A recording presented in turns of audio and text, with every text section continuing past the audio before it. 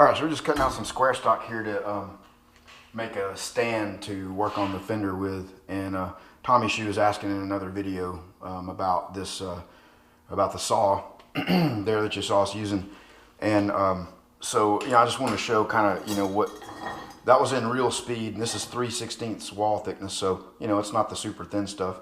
And, just to give you an idea, there's no burr hardly on it at all. Definitely not any compared to a regular chop saw. You can see just a little bit. Even most of the time it'll kind of just flick it off with your finger, but I don't know if this will show up good, but you can see that's pretty square. A lot of times on a regular chop saw you'll have run out. The carbon blade will, as it's making the cut, it'll kind of work its way out. And you don't get all the dust everywhere. What you get is these little chips here.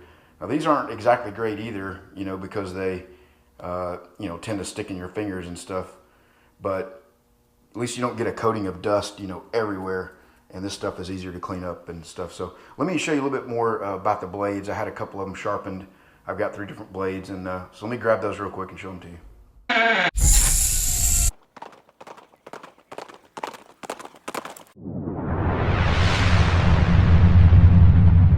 All right, so this is the first blade I bought off eBay. I think it was $150 for this one, and they've got carbide tips on the blades. And if you put these in a regular chop saw, which I believe they turn at about 1900, 2000 RPM, something like that, you'll get a few cuts out of it. Maybe about 5 or 6, and then it'll wear it out. It just turns too fast. This saw is made for this type of blade, and it turns at 1300 RPMs. And so I just had these sharpened. There's a place locally here that will, if you're missing some carbide teeth, they will braze on new ones, up to 5 for one saw or one blade, and sharpen all of it in a machine that's, gets all the back relief and everything, all the angles right on all the tips. And they charge about 20 bucks a blade, and you can't beat that for, especially 150 for a new one. And if you're just cutting regular mild steel and stuff, you can get a lot of use out of it. I've only swapped out the blade one time so far. And I've been, you've seen all the videos over the last several months of me cutting stuff with it. So, lasts quite a long time. Plus to not have to deal with the burr, and everything, and the squareness that you get of the cut, it's pretty nice to have. So anyway, just want to show that.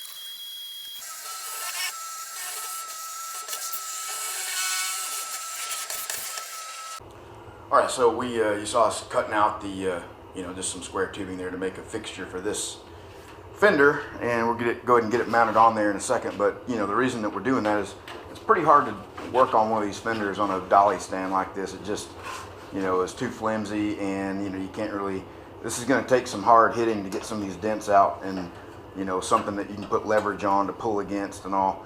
So I'm going to try to fix it.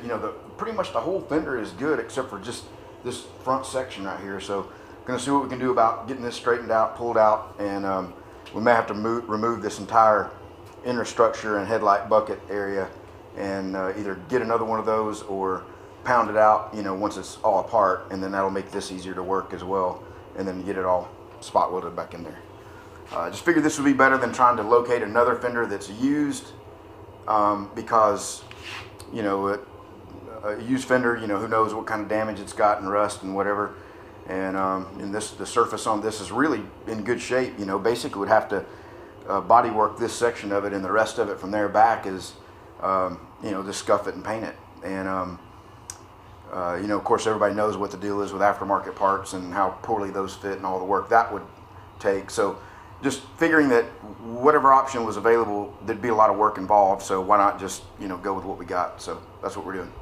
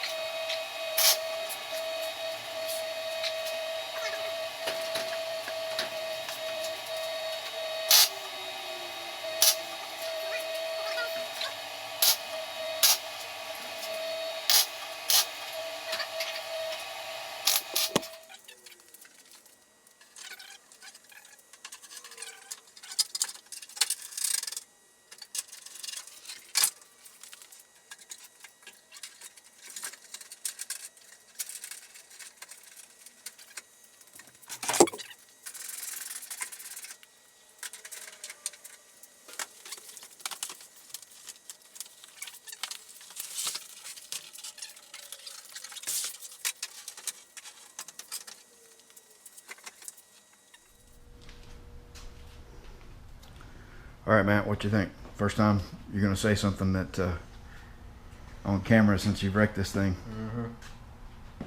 Any comments? Nah, not really. I'll do it again. All right, well, you saw the fender repair there. First time I've TIG welded sheet metal, and obviously I need to do some practicing before I just go start doing it on the panel. And I need to get some 045 MIG wire. to do that with. So I ended up just MIGging that up, and you know, we got to get our inner structure fitted and all, and obviously it's just kind of hung on there. You know, Matt, go push that up there. You can see the, you know, we'll get it pushed up and adjusted, but I think it's, you know, it's at least fitting up there good enough to you know, to go ahead and weld up the aprons and all, the core support and all that. We just got it tacked, as you saw. So anyway, just one step at a time. Thanks everybody, appreciate it. I was going to show this real quick. Everybody shows their clear shrinkage video. This is urekem, their Glamour Clear, and this has been in here about a month. The 2-to-1 high solids, the gloss clear. I know everybody sees me using some of the flat stuff too, but this is the gloss, and it, I mean, it's got a pretty tight, you know, it's in there pretty tight. I mean, it loosened up just a touch, but pretty good. I mean, this is as good as any clear I've ever shot in terms of that. I've ever actually even tested their stuff before. So anyway, just thought I'd show that.